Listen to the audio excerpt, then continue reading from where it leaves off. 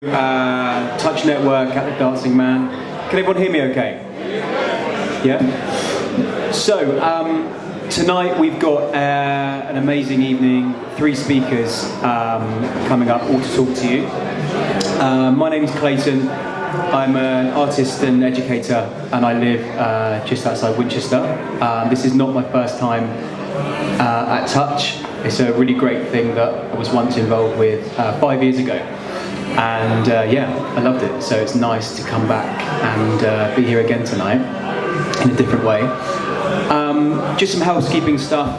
We've got a wire that's here and potentially very hazardous.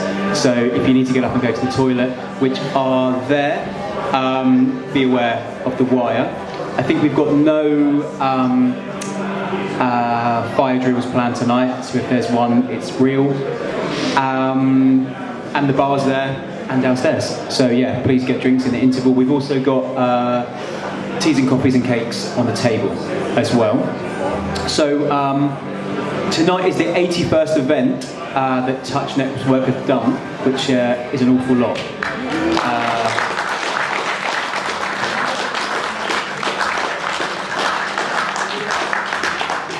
They've had a staggering 224 speakers and over 3,000 guests.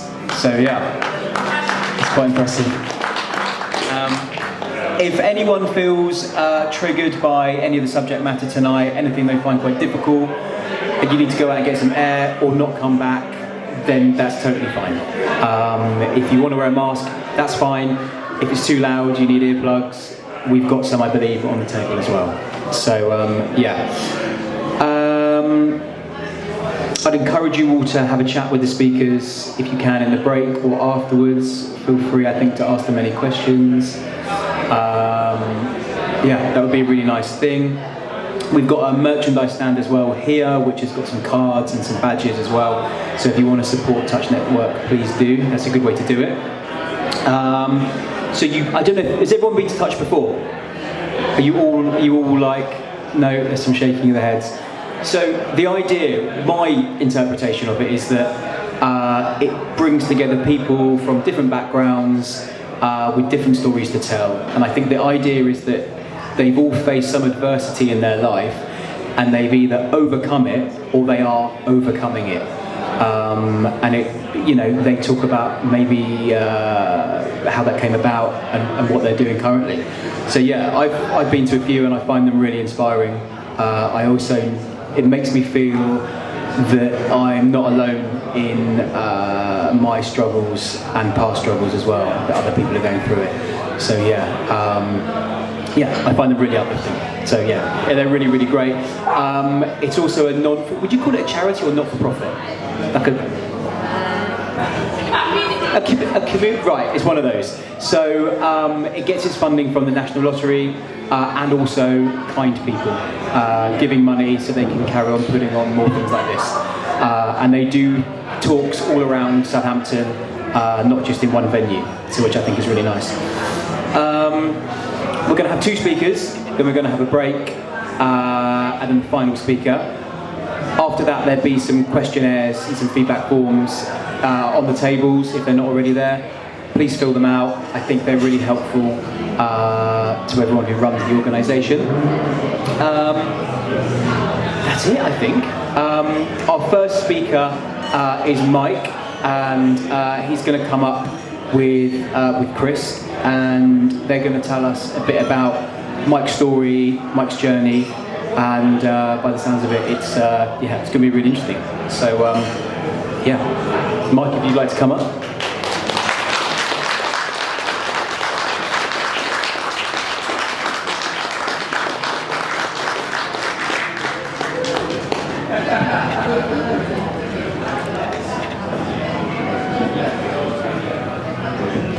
Hello everyone.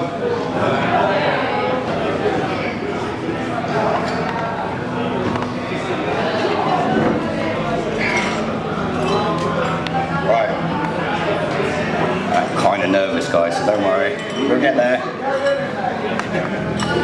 Right, so we're here today to talk about your mental health journey. Speak it. I move it to there? Is that better?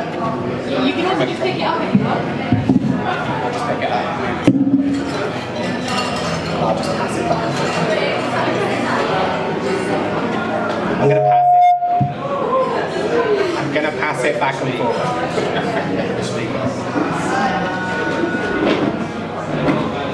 Welcome to ADHD. Never goes to one. The joys of technical issues. Ready? Back.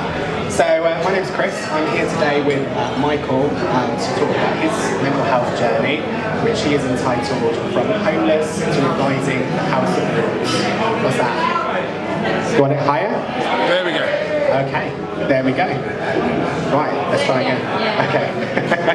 So, hi guys, my name is Chris, and I'm here today with Michael to have a kind of a run through of his story about his mental health. And he's entitled his story From Homeless to Advising the House of Lords. So it's quite an exciting story, and actually it begins very, very early in your life, doesn't it, Michael? Yeah, so being born with a developmental disorder, ADHD, it's pretty much from birth. You seem to be always misunderstood, especially when you're growing up. You know, you struggle through school, relationships, socially, my behaviour and more. The impact of that can be quite hard to bear. Sort of, I suppose you sort of develop a false, sorry, I'm going to say that again. People then can sort of develop a false sense of view of you, which then sort of leads into what you perceive as true. Views that you're naughty, views that you're not, you don't try. You can be a troublemaker. Further through life, these things can evolve and carry on, but you know, and it becomes a harder pill to swallow.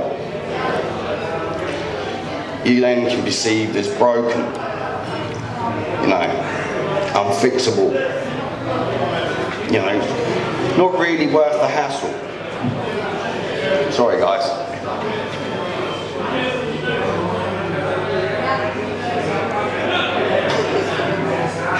Sorry. As you grow up, sort of, you look to your left, you're with your peers, and you sort of see them collecting achievements, being praised, GCSEs.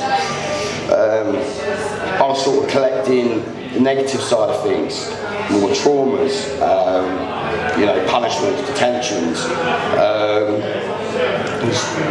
in a sense, more labels. But over time, you know, therefore, it sort of develops more into more mental health challenges, including social anxiety, most notably with me. Most notably with me is like complex PTSD. Because I suppose you don't have the understanding at that age to be able to voice your feelings or how you're feeling. You don't really understand how to regulate yourself, or you sort of understand your emotions. You know, so being able to talk about that becomes harder. So it all bubbles away in the background. You know, sorry. So it sort of gets worse and worse until finally, you know, for me, it got to the age of 31, where it sort of all come to head. You know, I suffered a major sort of, I suppose it was a numerous amount of bereavements. A breakdown in relationship. You know, I was homeless. That was sort of the worst point of my life. It all come to a turning point where it became the hardest point for me. Yeah, so when he talks about the hardest point, he's described it to me as the darkest point in his life, when actually he kind of made the decision that life wasn't worth living anymore. and actually he did take steps to make that so. And fortunately for everyone who knew him then, and everyone who's been fortunate to know him ever since, life had other ideas that day, and his attempts were unsuccessful. But that's been an amazing change, and actually that's when everything in your life began to change again, wasn't it? Do you want to tell us a bit about that? I suppose in that darkest moment, part of me died that day. But I did leave that part behind. Sorry, I'm getting a bit nervous. What's going on here?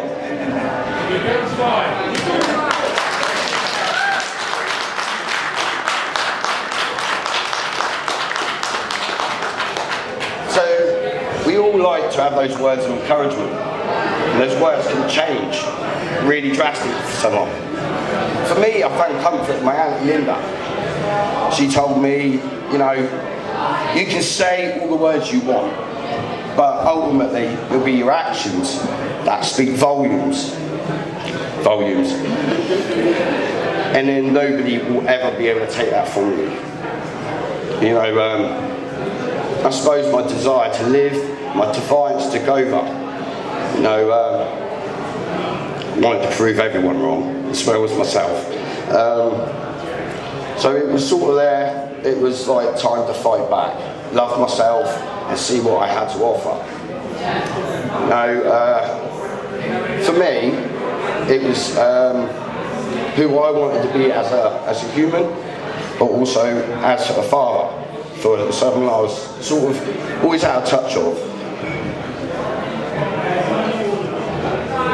And I suppose the big question is, how did you actually try and become that person you'd always wanted to be? It was a starting process. So there's the idea first of all. Then I started looking at motivational videos. So I set a playlist in the morning. I do a little bit of exercise. So the mindset I had is if I do two minutes exercise a day, that's more than I'm doing. Tiny goal, achievable, so I don't fall. I contacted, well first of all actually I started talking to friends, family, sharing how I felt. Then it sort of, I reached out to my GP. I then sort of reached out to adult social workers, which adult social care, sorry. From then I sort of referred myself to other sort of services to help address my other challenges. Most notably, was inclusion, my drug dependency. And then mine for my education courses, different anxiety courses to identify my triggers, loads of different courses I can do to better myself, to understand myself and which direction I want to go. And then I started then I sort of made my self-referral to a place called START, but formerly known as MASSACR, to address my traumas. So let's just talk about that. So I talked to you about inclusion, right? So about drugs. That was my attempt to deal with the situation, right? But it wasn't the cause. So dealing with the trauma was the cause. It's like having a bit of a situation there where I had a realisation that dealing one thing will only mean that if I deal with that, I'll move on. But then when it happens again, what am I going to resort back to? I then sort of got accepted by supported housing. Means I've got a roof over my head, a place that I can call home.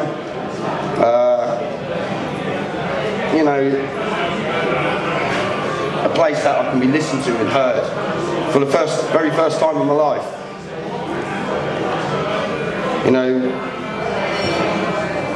Basically making the foundations for me to be able to make that first big start in my life. That real building it up. And that's what helped me set on to move on to the next chapter. And And I suppose that's a really good point there, isn't it? Is that, you know, your supported housing journey with Home Group and these other services was a foundation, but that wasn't enough for you, was it? You know, you weren't just happy having a foundation and kind of getting back to this idea of like a level playing field. You actually wanted more, didn't you? So I suppose, in a sense, you know, you build yourself up, you start building those little bits, little goals, you get those achievements, you start feeling good in yourself, and you start wanting more achievements. So I started to feel like all these little services that have done me well, I wanted to give back.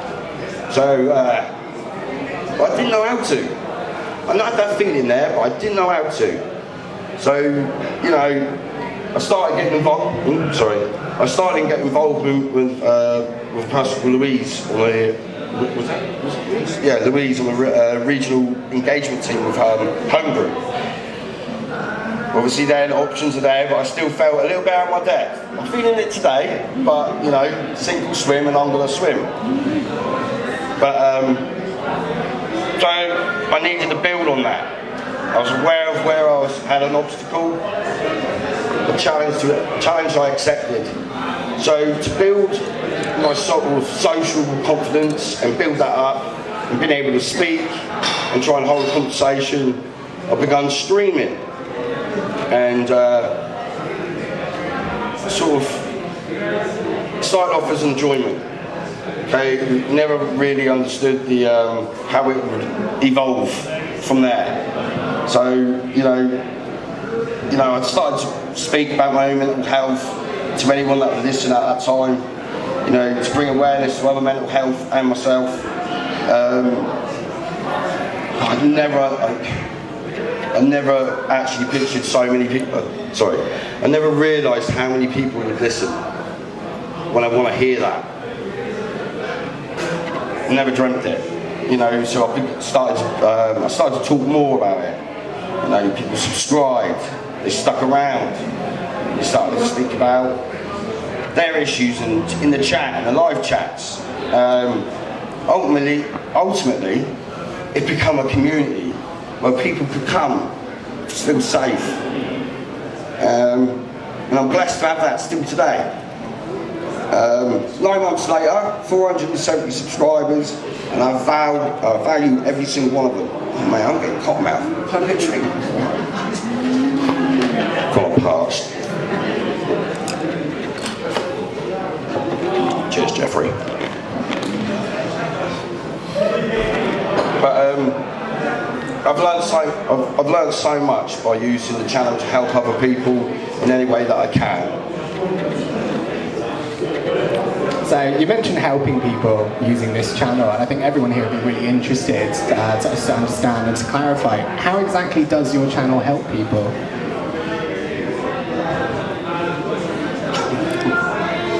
So it's a place where people can come, chill out, unwind, have a laugh and a giggle.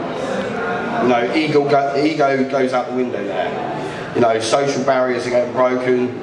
You know, it's a place where, you know, they can share their challenges, you know, things that have helped them along the way, which they can share with other people. Myself, as well as them, are learning at that same time. You know, we're all from different backgrounds, we've all got different challenges, right? You know, but this is a space where, you know, it's okay to be, it's okay to, sorry. It's alright. It's okay to be different. It's okay not to be okay.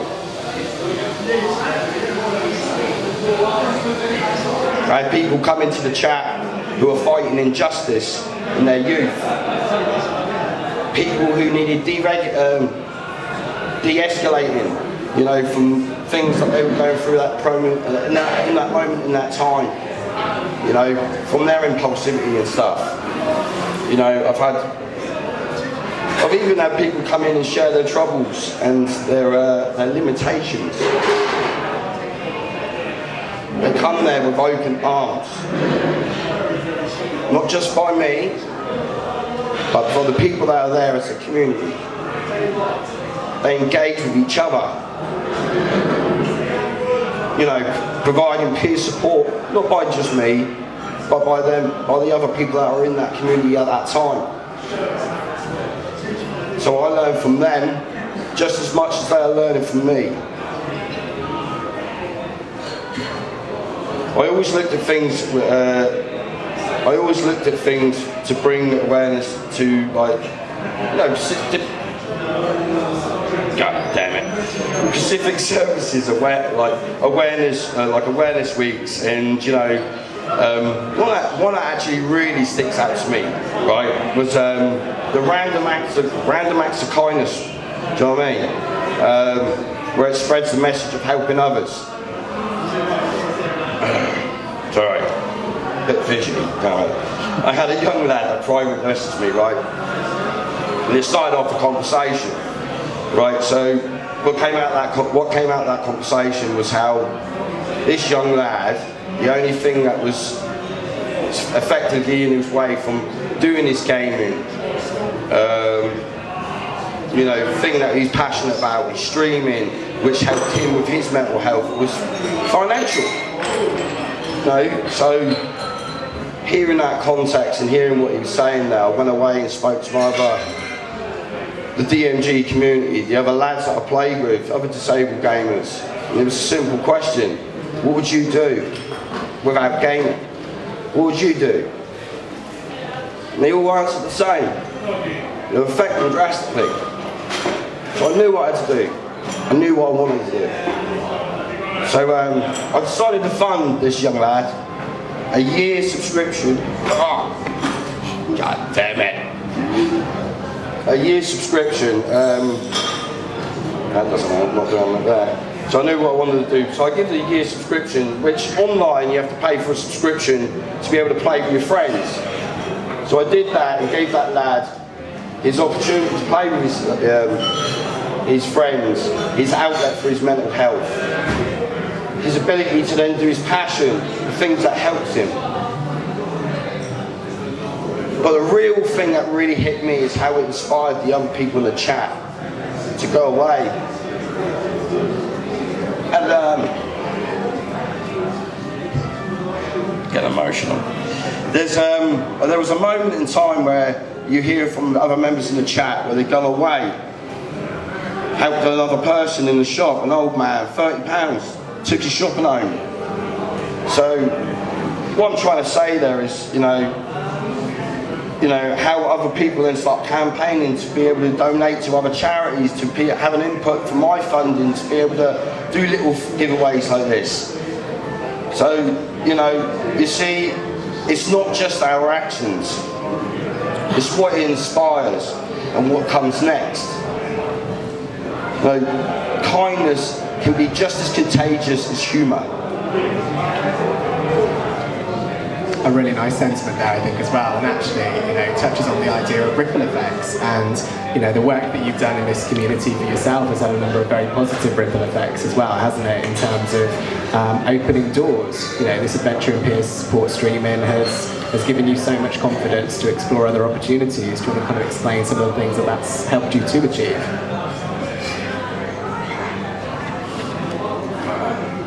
Again, here we go. So ultimately, we started off by doing the challenge by working on my social skills with, you know, the streaming to open up the doors to go back, right? But what I didn't realise is how much of an opportunity by what I did with the community and what we grew together with the subscribers.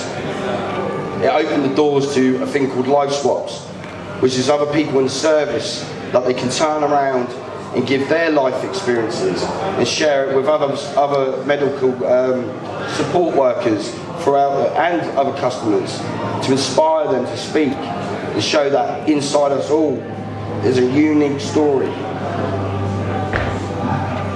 Amazingly, like I'm sat here in front of you lot, it's giving me the opportunity to do this. So I want to say thank you to Touch. Thank you very much. You know, contribute. Jesus.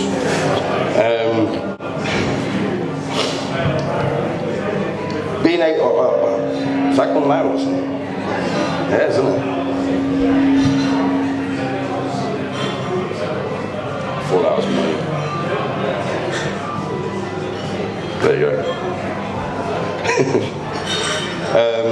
All right, so sorry. So then the next step was being able to contribute and help design customers, which people like me inside of a service, like the mental health service, where we designed a customer report. It gives a big perspective into other people's lives.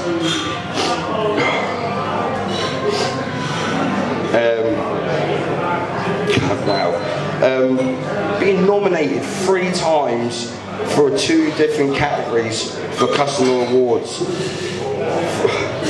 for personal progress and for helping others in the community.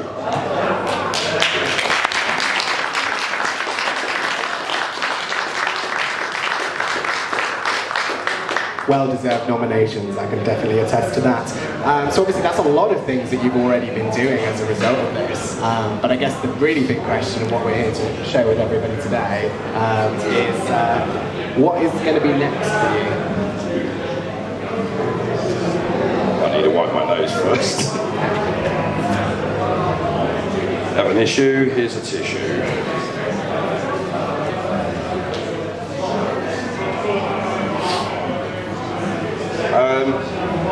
What's the question again? What's next? Right. So, sky's the limit. Sky's the limit, right?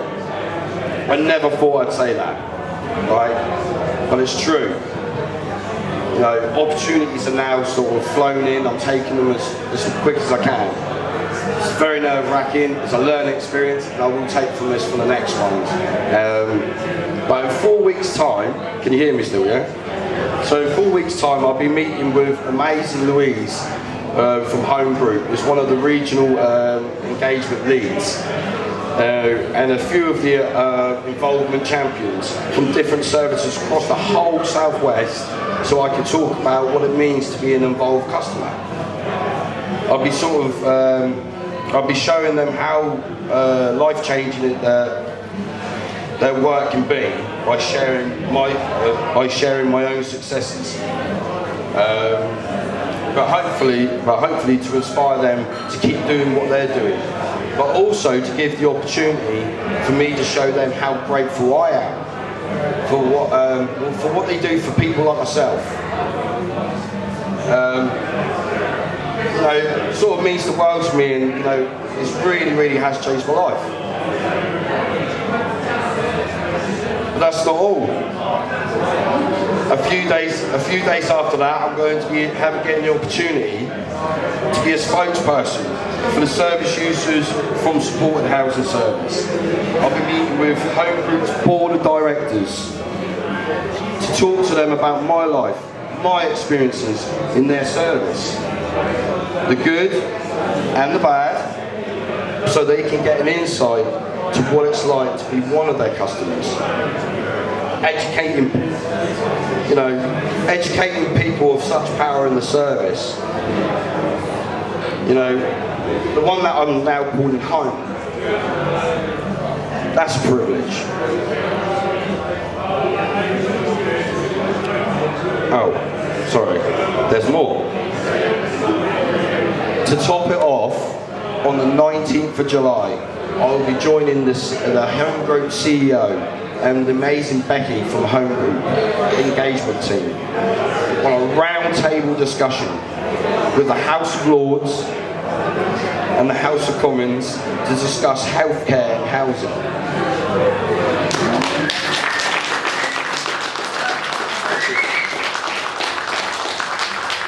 Thank you. I'm going to be meeting these as an equal, to give my opinions, to just, and this could be, you know, just think about that, right? How much impact that can do for other people, like all over the country. You know, it'll be, you know, I'll be able to inform the people who shape policies and funding, and the funding decisions on a sort of, on a national scale. Sorry, I'm trying to dull it down, but it is on a national scale, do you know what I mean? So, you know, imagine the changes that can follow. Now, I said to you about the ripple effect, waiting for that pebble to hit the side. We'll soon see when that pebble gets chucked in the pond, right? getting the opportunity to be part of this meeting, something I know that Becky, of her career, working on, and I'm just so honoured. An amazing honour indeed, and quite a significant moment in terms of moving forwards. And I think what you've shared with everyone today, the adversity that you've been through, and the steps you've taken to improve your life, and now the steps you're taking to improve the life of so many people who are sort of in the shoes that you used to be stood in. It's just incredible. And I guess, just as to kind of sum everything up, are there any kind of final words that you'd like to share with everyone before we finish today?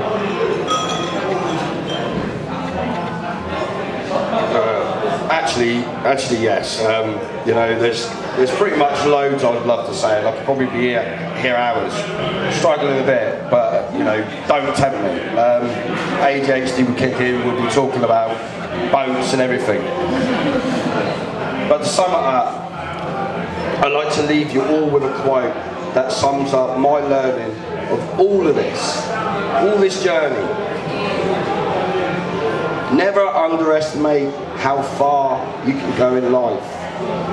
I've learned through my support that the doors ahead of me weren't closed and locked, like I always thought. You just got to be brave enough to knock. Thank you all for listening to my story.